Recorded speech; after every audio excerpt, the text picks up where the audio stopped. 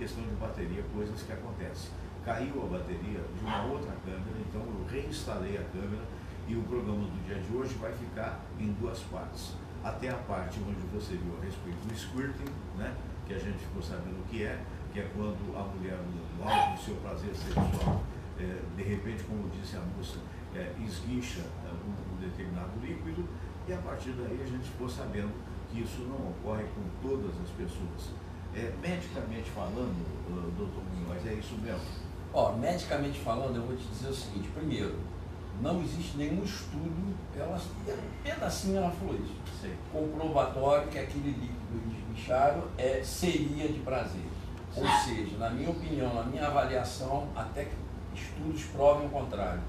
Grande parte daquilo ali pode até fazer parte da excitação, mas é urina. Urina que sai. Também disse. Exatamente. Uma coisa que ela falou que aí é certa, é comprovado por estudos científicos, o prazer, né? Ele depende de eliminação de algum líquido? Definitivamente não. E vou dar um exemplo do lado do homem.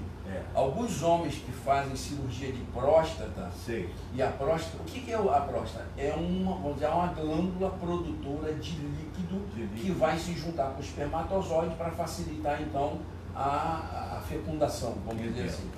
Homens que são submetidos a cirurgias de próstata, muitos deles não têm mais produção de líquido e continuam tendo prazer sexual. Então, o prazer sexual, primeiro, ele não depende só do líquido, é completamente errado, depende de uma emoção, é um conjunto psicofísico, isso é o prazer sexual. Então nada depende, não tem nada a ver. O que ela falou realmente procede em grande parte disso aí é um pouco mais de folclore do que realmente científico, pouco daquilo científico e muito de folclore. É verdade. E sempre é importante, né, você saber que as pessoas não precisam ser super-homens ou super-mulheres para ter relação sexual. Estou aprendendo com o mestre, doutor Munhoz aqui, né? Então já tomei muita não mijada sabe. por aí. Desculpe a brincadeira, mas é isso, né? Pode ser realmente. Agora, acho interessante, porque aquela história da educação sexual é algo bastante importante, sobretudo para aqueles que mais têm a idade, né, que estão chegando à puberdade, para serem bem informados. Não é? Aproveitando, até eu gostaria até de fazer uma pergunta ao doutor Munhoz, coisas que eu ouço muito, como eu sou ignorante do assunto. O homem que opera a próstata pode ficar impotente? Pode ficar? O que acontece? Hoje, a cirurgia de próstata hoje, ela tá uma tendência muito grande a ser feita em regime fechado, ou seja, sem a abertura, né, sem a cirurgia tradicional. Por quê? Porque a cirurgia agora, nós estamos na época da robótica, né? Existe um aparelho que faz essa cirurgia por videolaparoscopia. O que é a videolaparoscopia? Você não abre o abdômen, você faz apenas 3 furinhos, coloca os instrumentos que você vai trabalhar, né? E o terceiro furinho vai colocar a iluminação para você ter aquela imagem lá no vídeo. É uma coisa, a grande maioria das cirurgias hoje, lá no Hospital Alemão do Amparo, nós somos referência em cirurgia bariátrica, né? A cirurgia bariátrica, praticamente 100% é feita por videolaparoscopia. E nós inserimos nessa videolaparoscopia a robótica, que é vamos dizer, é um computador mesmo, um robô que auxilia o médico e tem uma precisão maior. E o que isso muda da cirurgia tradicional antiga? Que muitas vezes levava à impotência sexual. Porque ela é muito seletiva, ela faz uma ressecção da próstata respeitando limites, principalmente da área nervosa. Que dá a ereção. Que é justamente o que dá o estímulo. Que você fala é a incapacidade de ter ereção. E por consequência não há penetração. Exatamente. Mas o cidadão sem ereção, ele pode chegar ao gozo? Pode chegar, tranquilo. Uma coisa ele também não perde a sensibilidade. Apenas ele não tem. Tanto que alguns pacientes desses, qual era o tratamento? Prótese. E essa prótese, eu me lembro que o Nelson Gonçalves tinha prótese histórica. através através de bastões de silicone, É. não é isso? A prótese ela começou dessa forma, onde existe uma coisa chamada corpos cavernosos, que são duas áreas que são esponjosas, justamente que se enchem de sangue para dar ereção, elas eram substituídas por dois Canudos, né? canudos, Assim, né? Vamos colocar assim, de silicone ou de materiais um pouco mais rígidos. Hoje a coisa evoluiu e é um sistema pneumático, aonde o acionamento dele é feito na bolsa escrotal. Você aperta e isso se infla. Aquilo enche de quê? De um líquido com ar represado. Ou ele é retirado quando você seria uma aperta. espécie de soro? Seria como se fosse uma seringa onde você apertou, ela enche. Uma bolsa aqui fora da seringa. Você não quer mais essa bolsa cheia, você puxa a seringa, esse líquido fica onde? Dentro da seringa. Entendeu? Então, esse é o sistema mais moderno de prótese peniana. E a pessoa pode realizar, o homem pode? Normalmente, completamente normal. Já na época do Nelson Gonçalves, que já faz tempo, né? Eu me lembro, aquele início já era bastante Você sabe que eu me lembro do Severo Gomes, lembra? Sim, E quando caiu o helicóptero lá em Angra dos Reis, eu era diretor da Rádio Angra. Né? Aliás, um alô para o Carlos Cabelo, que até hoje é proprietário não sei se a Rádio Angra existe mais, mas é proprietário do jornal Maré de Angra. E quando caiu aquele helicóptero, recuperaram o corpo do Severo Gomes com a esposa, mas não recuperaram o Ulisses Guimarães. E eu fui convidado pelo comandante da época para ver os corpos. E eu lá fui, e aí eu fiquei sabendo o que era aquilo do lado. Aquilo do lado era o pênis do Severo Gomes, que infelizmente na queda foi cortado e tinha essa prótese. E foi uma coisa que muito me impressionou, porque na verdade ele ficou muito tempo no mar, e o corpo estava muito inchado, um negócio desagradável, mas é um fato. Fica deformado mesmo. Você vê. Mas então essa história aí do que eu aprendi hoje, esse termo, né? Esse termo americano, né? Esse termo em inglês, squeeze, parte dele eu acho que procede e outra parte não. Porque cientificamente é o que eu coloquei. Não é necessária a eliminação de líquido para você dizer que teve prazer sexual. E aí nesse final ela procede o que ela falou. Não espere que você não satisfez a parceira porque ela não eliminou nenhum líquido. Isso é uma grande bobagem, não tem nada a ver, nada de científico, né? Até porque eu coloquei anteriormente. O prazer sexual é um ato físico e psicofísico, e não puramente uma coisa vamos dizer, de contato apenas. Existe todo um envolvimento psicológico. É o seguinte, que ela é sexóloga, né? Uma outra realidade é a seguinte, necessariamente a pessoa não tem que ter o orgasmo para ter um prazer relativo. Claro que não, obviamente principalmente a mulher que não tem em 90% eu acredito que não tem essa exibição externa, chamada esguicho, quer dizer, ela pode se satisfazer com as preliminares e não necessariamente chegar ao orgasmo. Isso não quer dizer também que você seja, ou eu, ou qualquer um, seja menos homem. É verdade, isso mesmo. É exatamente dessa forma que você falou. Há muito pouca informação sobre isso para os homens e para as mulheres também, né, coitadas? Que elas devem sofrer até um pouco com isso também, não é? De dar o prazer ao homem, de não ter aquilo. Eu tenho que procurar se informar mais um pouquinho. Nada melhor do que conversar com o doutor Munhoz. Aliás, você falou uma coisa aí, a gente estava conversando, acho que foi fora do ar, foi nesse intervalo da troca da câmera, sobre educação sexual na escola. Eu acho necessário. Nós não podemos confundir educação sexual com ideologia de gênero. Educação sexual começa lá na aulazinha lá do professor de biologia, que mostra o que é a constituição física, anatômica. E depois partir para essa área, né? Na área psíquica. O que lamentavelmente houve no passado foi uma politização do professorado. Exatamente. É aquela história, quem é do jeito que é, e cada qual no seu cada qual, eu não tenho o menor preconceito com quem seja LGBT. Claro, eu também não. Acho que a vida... Não sou, é diferente. Agora, é aquela história. Ontem estava aqui o doutor Aimiro, e ele dizendo que isso é uma questão genética, na concepção dele, porque na realidade a pessoa tem essa tendência. Eu conheço, por exemplo, um casal, ela até já se foi, mas ele está por aí até hoje, que quando nós conhecemos um menino pequenininho, nós te falamos, esse menino tem uma tendência feminina, e acabou sendo. Quer dizer, agora, o que não pode é você incutir que isso é uma decisão de cada um. Não é. Né? E nem influenciar, nem influenciar, positivo ou negativamente. Exatamente. Isso tem é que que não deixar deve as coisas acontecerem naturalmente, com elas, como acompanhamento. Você que é pai, que é avô, nós somos, com acompanhamento, né? Principalmente sobre as companhias que está seguindo, né? E sobretudo procurar ter a percepção necessária para aquela tendência que vai ou não eclodir. Perfeitamente. Né? E não abandonar, não mandar para fora de casa, porque não é do jeito uma ignorância. Eu vou mais longe, Fernando. Eu acho que a missão do professor, uma vez eu estava conversando isso, alguém me falou assim, você é contra o professor dar opinião dele sobre política? Eu sou contra.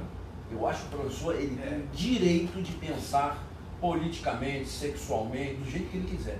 Agora ele não pode colocar isso para os alunos. Eu até cheguei a citar contigo na semana passada, retrasada, que me mandaram um zap, onde um professor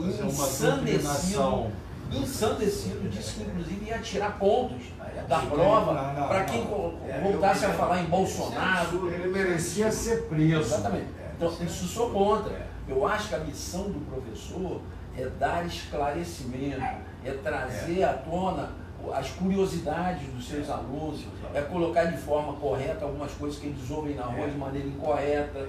Né? Sexo na nossa época de menino era. Tocava no assunto. Eu sou contra isso, não se pode, porque aí você começa a ouvir, falar lá fora com quem também não entende e começa a fazer coisa errada.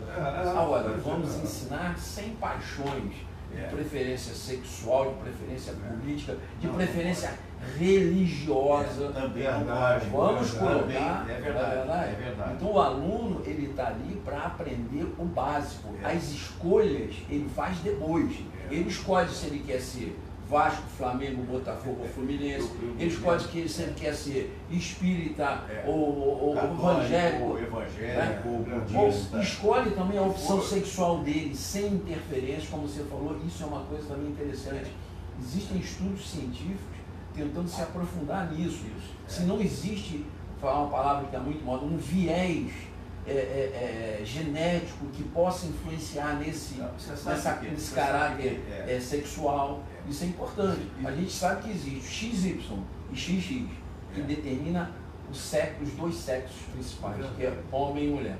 Mas será que não existe alguma coisa a mais que isso? Estamos pesquisando. Algum trabalho prova alguma coisa embasada? Ainda não.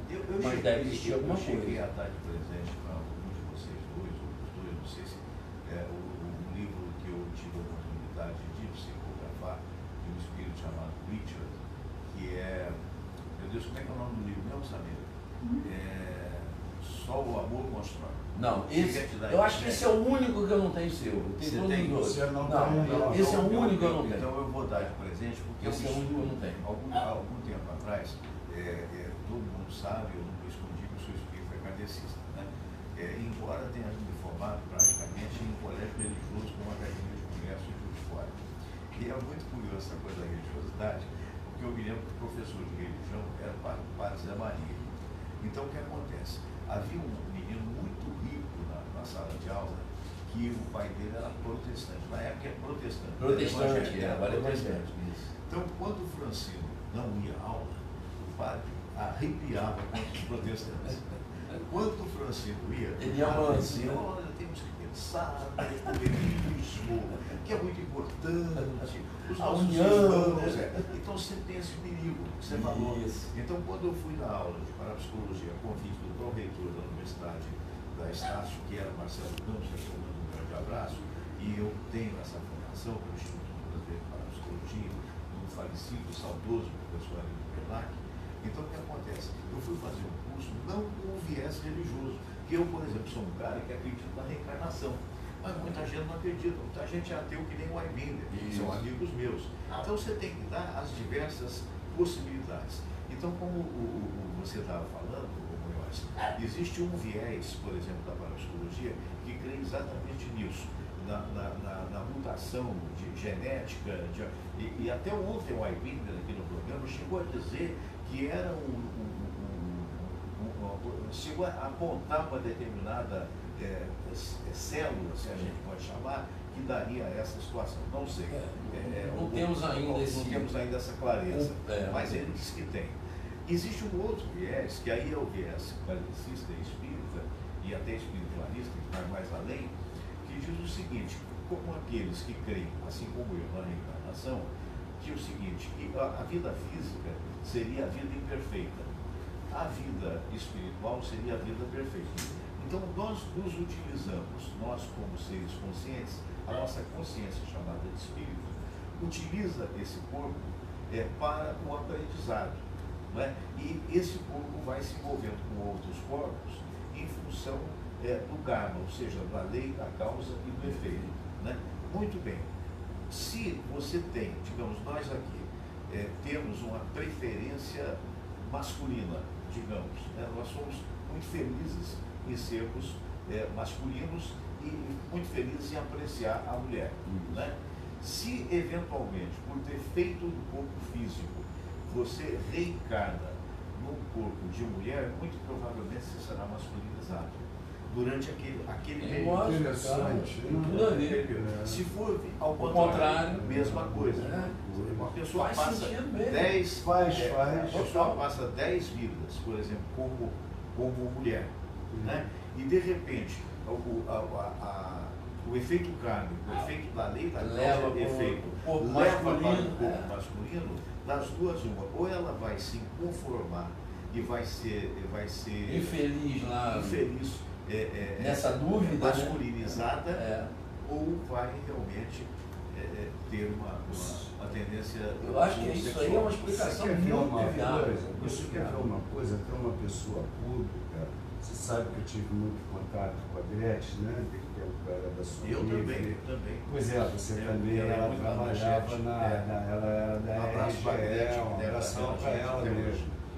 E ela teve essa menina, olha, ela é linda. É um dos exemplos mais claros disso que você acabou de explicar. Pois é, e de repente houve essa transformação. Olha, gente, eu não estou falando mal disso, daquilo. Não, eu estou dizendo sobre esse ponto essa visão de uma reencarnação, eu tenho que tomar cuidado, professor da parapsicologia, é o seguinte: existe a outra tese também, que foi dita, que é plenamente científica. Esta tese, ela não é científica, ela é espiritualista, ainda não houve a comprovação. Tem uma certa lógica. Mas total, isso também concordo. Tem uma certa lógica. Agora, por que isso acontece? Só Deus pode explicar. E aí vem a pergunta, você até colocou mesmo, uma menina linda e tal, mas será que ela fez? Essa é a pergunta. Não era. Espiritualmente falando, psicamente falando, era infeliz. Então, hoje, da maneira, está aí. Então, quando se critica, se fala, quando começa a falar certas coisas, me faz até mal. Eu acho que, para tudo na vida, existe a coisa que é correta, a coisa que é bem encaixada. Claro, existem as distorções em todo lugar. Mas esse exemplo que ele usou foi muito feliz, que é o filho, hoje filho da Gretchen, eu acho que se encaixa muito bem nisso que a gente colocou aqui, com toda certeza. E você vê que tem várias gradações, né? Tá certo, tem gradações, tá certo, né? Dentro do homossexualismo tem aquele que é enrustido. Tem aquele que mas não é exibicionista. Isso. Tem um exibicionista, tem aquele psicologicamente desvairado, que na verdade ele quer até agredir, né? Quer dizer, isso também tem no homem, né? Mas, Fernando, isso existe no homem e na mulher também. Não, eu tenho vários colegas que são tranquilos, recatados, outros são explosivos, às vezes falam besteira. Mulher também, tem mulher que a pessoa chama de barraqueira, tem outra que é mais tempo. Então, no homossexualismo também existem essas variações da personalidade, da forma de se mostrar. É próximo, na verdade, até de mais ou menos evolução do ser humano. É por isso que eu não acredito no comunismo. Vou dizer porque meu amigo gaúcho, que é comunista, um abraço para você, foi um dos grandes operadores do ar. porque não existem pessoas iguais. Não. A tese é linda, né? A tese A tese de Karl teoria Marx é espetacular, muito bonita, só que não quer dizer, funciona. poxa, todo mundo igual. É. Nem na Rússia eles conseguiram ser iguais. Na Rússia Não. havia o grupo que administrava e o resto Existe se uma mantém. casta pequena que vive com todas as prevalece, honrarias e o povo é apenas um detalhe. Eu sempre vamos dizer. digo, o comunismo é muito bom para eles, eles são altos comunistas aí, como tem vários políticos que nós conhecemos, mas eles adoram o hotel 5 estrelas, Claro. o avião classe executiva, o bom champanhe, Sim. e a boa carne, e a boa moradia. Entendeu? Pra poucos. E para pouco. poucos. E prega esse Quer negócio ver, de vou te dar um exemplo agora. Pelo amor de Recente. Deus. O Jean Willis, É. que contou aquela história dele, né? Eu vou fingir que eu acredito na história dele. Sim. Ele foi embora do Brasil para Venezuela? Pois Ele é, foi foi para para Cuba? Cuba, foi para Ele foi para a Coreia do Norte? Foi para nada. Ele foi para a China? Não. Foi Ele nada. foi para Portugal, que não quis ele que lá. não quis. Foi para a França, Os Alemanha, de lá. eu nem sei por onde ele Quero andou. mandar um abraço para Ana Zelotin dos Reis, minha amiga de muitos anos, lá de Juiz de Fora. Hoje mora em Brasília, até trabalha na Câmara, né? Na Câmara Federal. Um abraço para a Ananias, o marido dela, né? Para o Fernando Pereira, mais uma vez está aniversariando hoje. O Oscar Berro, esse Eros é um brincalhão. Por que ele fala isso contigo? Quem, Oscar? O Oscar Berro. Poxa vida, é uma pessoa que eu amo, que eu adoro, o Nós doutor todos Oscar amamos, Berro, nosso amigo, nós né? amamos o Aquele Oscar. abraço. É verdade. brincalhão, você tem que ir, né? Olha, Tem que ver. acabou que o nosso espectador se gosta do programa, teve o programa quase que duas Quase vezes. dobrado, Né? E o Fernando Pereira, hein? Vou comer seu bolo logo mais. Grande abraço pelo dia de hoje, meu amigo. Sempre. E nós também tivemos o privilégio de ficar aqui mais tempo. Pra mim, né? Mais tempo, pois é. A honra é toda minha, eu só me sinto muito orgulhoso, né, de ter pessoas da qualidade de vocês. Eu adorei tomar uma aula do doutor. Foi ótimo. Pensando seriamente Você na algumas minha vezes é importante bombinha. como você né? Eu vou botar mais coisas sexuais no Que programa. coisa Pô, boa. dá Porque audiência. faz parte da audiência audiência. e faz parte da educação. Ah, do com povo, né? certeza. A ideia é essa, né? Eu quero agradecer a cada um de vocês, né? Eu quero agradecer a Ana, que me enviou ontem uma foto do extinto Cine Excelsior de Juiz de Fora, que com certeza vocês não conheceram, que foi um dos cinemas mais bonitos que eu tive a oportunidade de conhecer.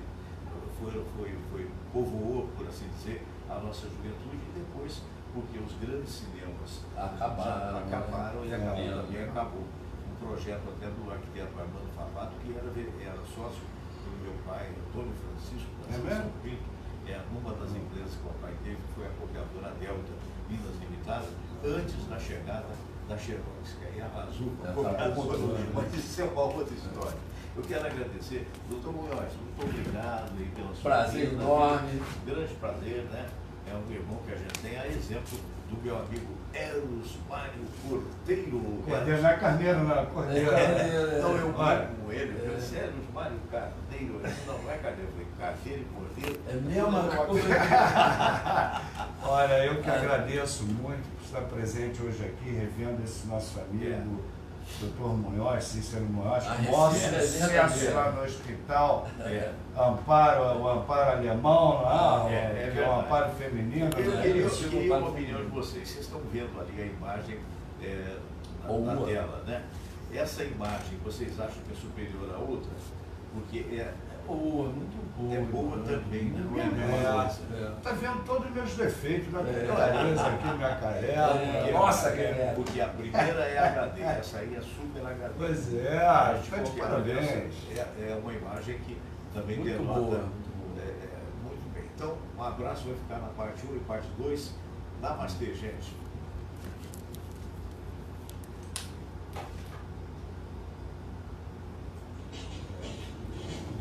Gostei. Esse ficar o dia todo aqui. Você veja bem. Ficou legal. Eu vou botar essa menina mais vezes.